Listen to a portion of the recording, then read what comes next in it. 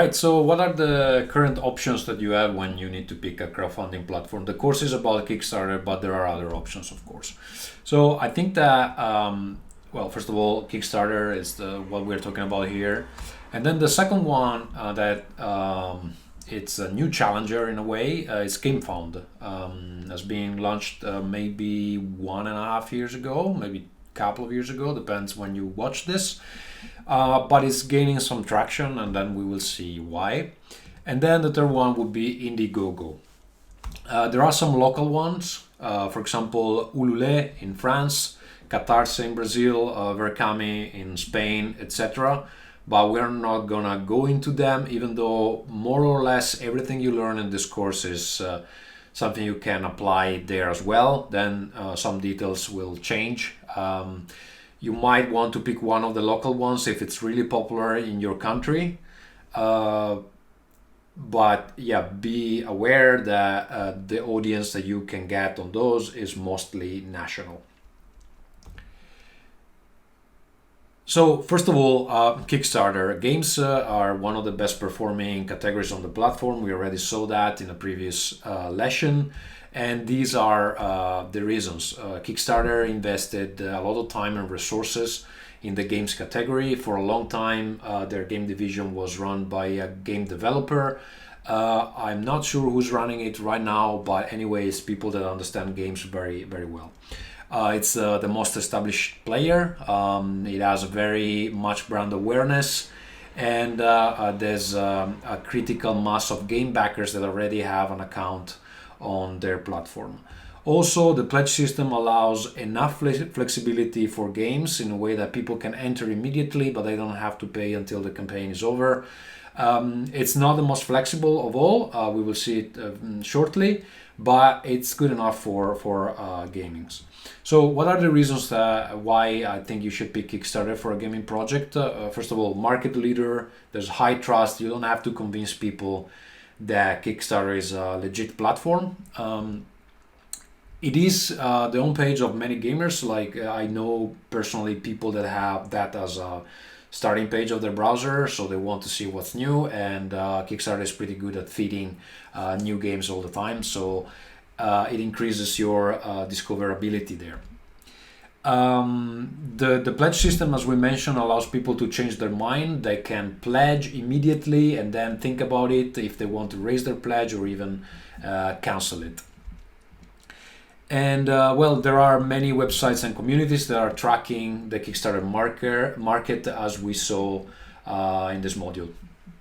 That by itself means also that there is higher discoverability, because if you don't see things on Kickstarter pages directly, you might see them somewhere else. And then the simplest reason is that it has a wider user base. A lot of people already have an account, and there's not that obstacle for them to back.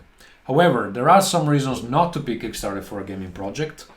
And so if you already run the same campaign somewhere else, for example, Indiegogo or GameFound, Kickstarter is not fond of that, and it might block your project if you already run the exact same game somewhere else. What you need to do in that case is to make changes to the project and then run a different campaign. It can be the same game, but you need to present it in a different way. There's a gray zone there. It's not 100% sure that they will not accept your project, but they don't like it.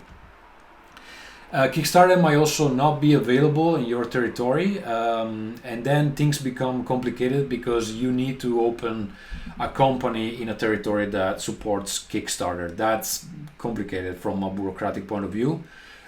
It can be done. There are services that help you with that. I would not recommend it because it becomes a nightmare for taxation.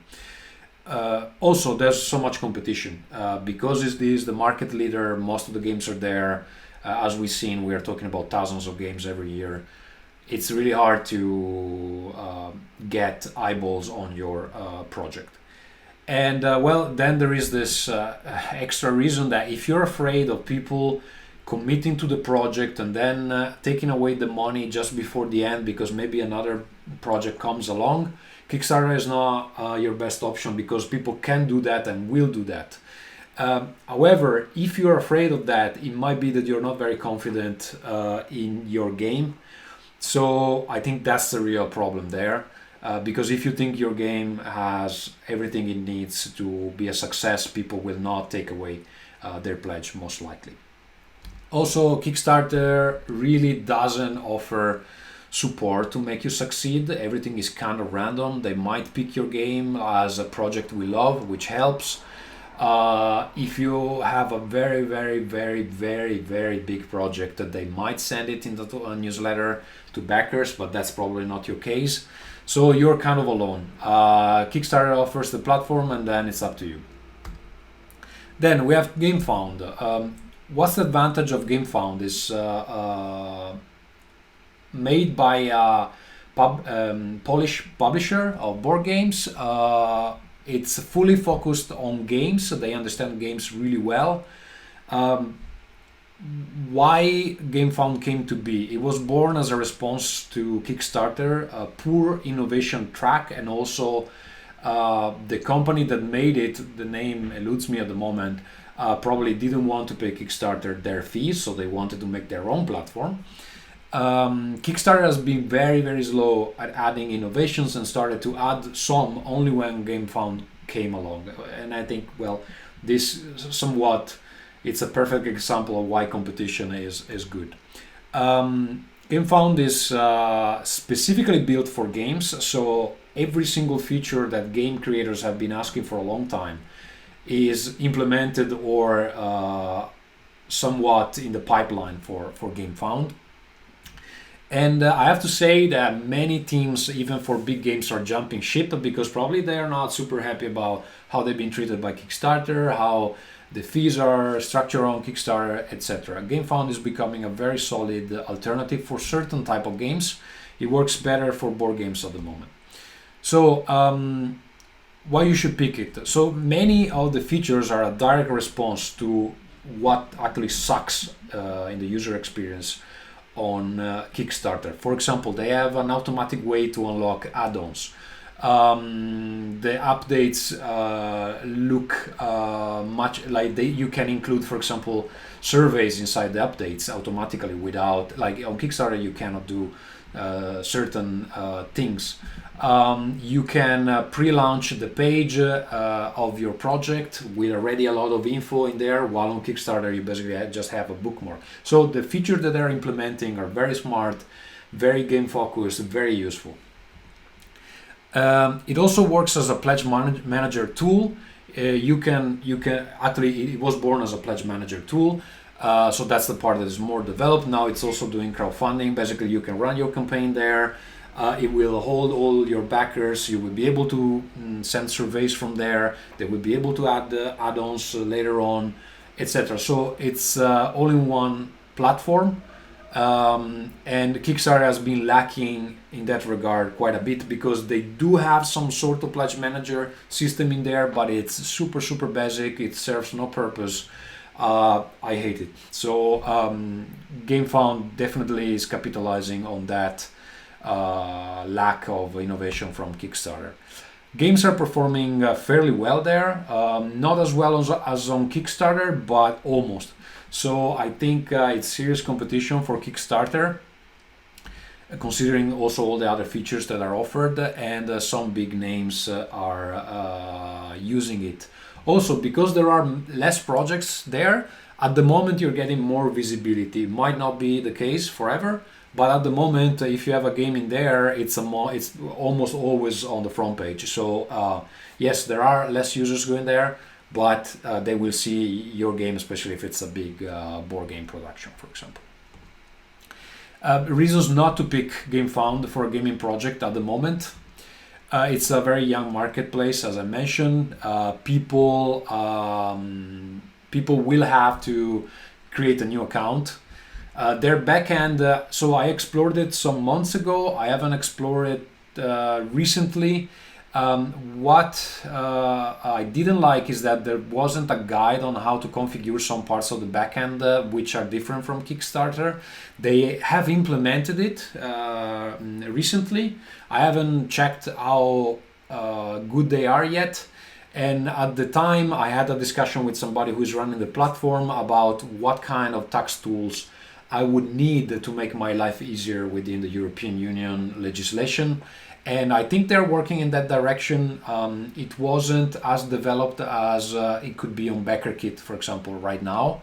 But I think they will get there, and that's why I am looking forward to try GameFound at some point for a bigger project and not just messing around to see how it works, but actually trying to run a project and see what is the actual difference in impact that it has compared to Kickstarter. It is less known than Kickstarter, so first of all, you will have to direct people there, and then they will need to make a new account.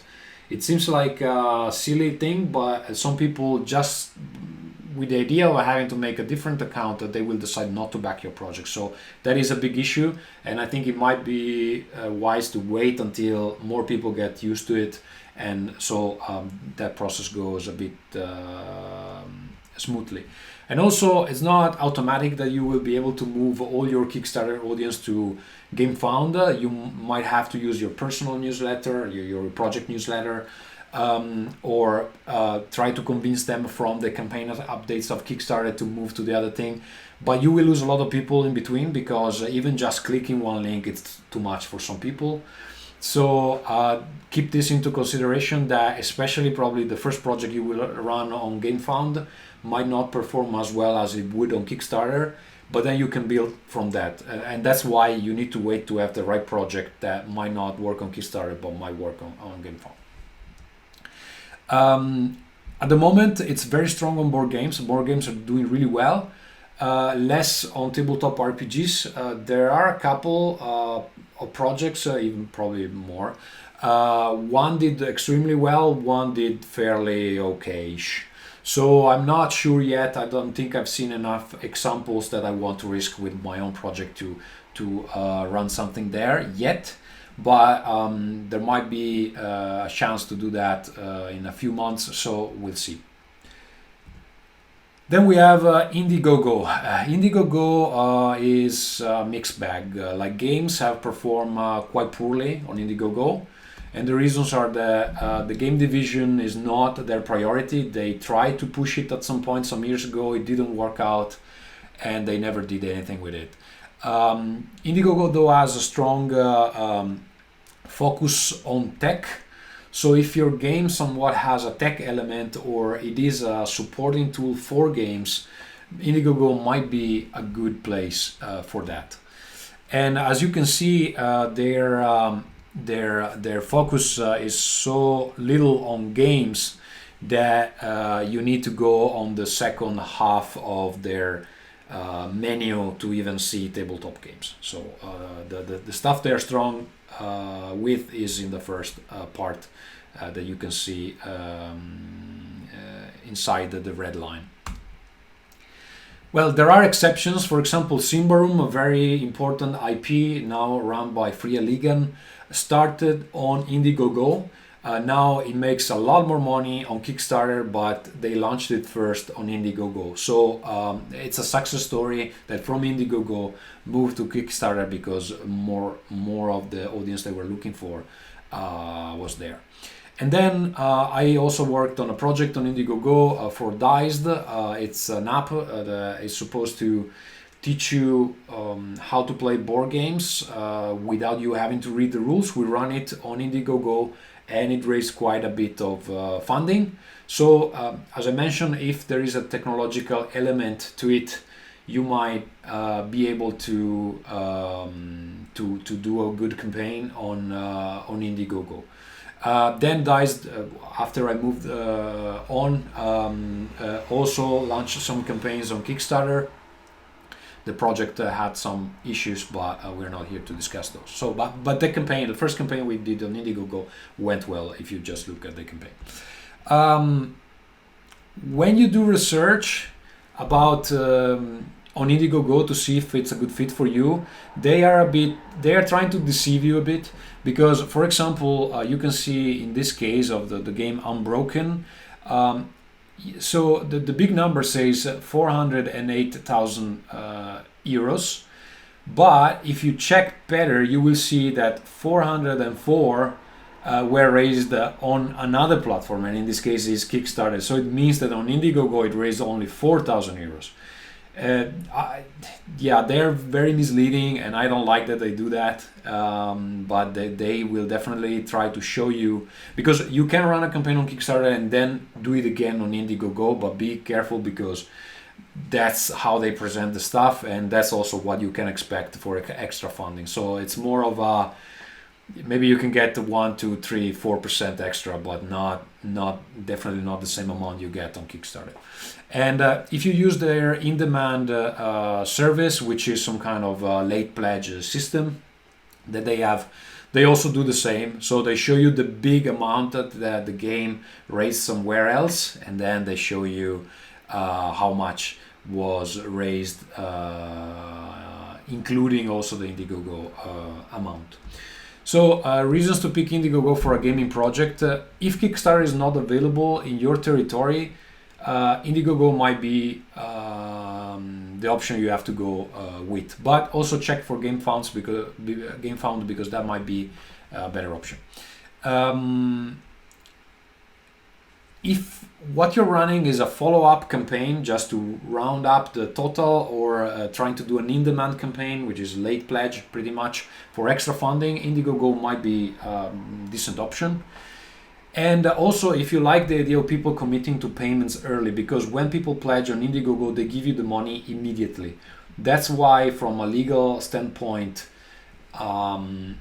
Indiegogo can run in more countries than others. Don't ask me the details, but there is a difference between paying immediately, because then it's a pre-order, legally speaking, and pledging.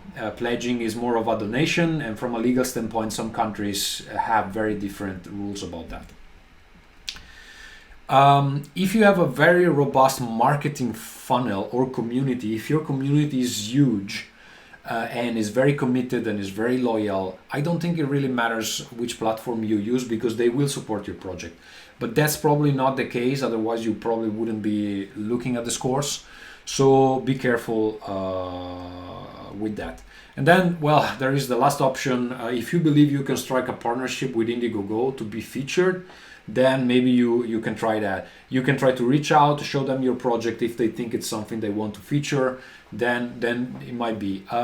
I come from an experience where we had that kind of deal, and they were kind of granting us a lot of visibility. In the end, their impact was really not that big. So be careful whatever they promise you. And then, well, if your project is tech related in some way, then Indiegogo might be a good option, because those kind of projects have kind of a good visibility there. Again, tax legal reasons is more or less what I covered above. There might be a reason why Indiegogo is your only available option. So research exactly what's allowed in your country. Reasons not to pick Indiegogo. So as I mentioned, the ecosystem for games is poorly developed there. There are just not many games, and those that are there are rarely successful. When people need to commit for payments immediately, it's a turn-off. People like the possibility to change their mind before the end of the campaign, to give you more or actually take it away.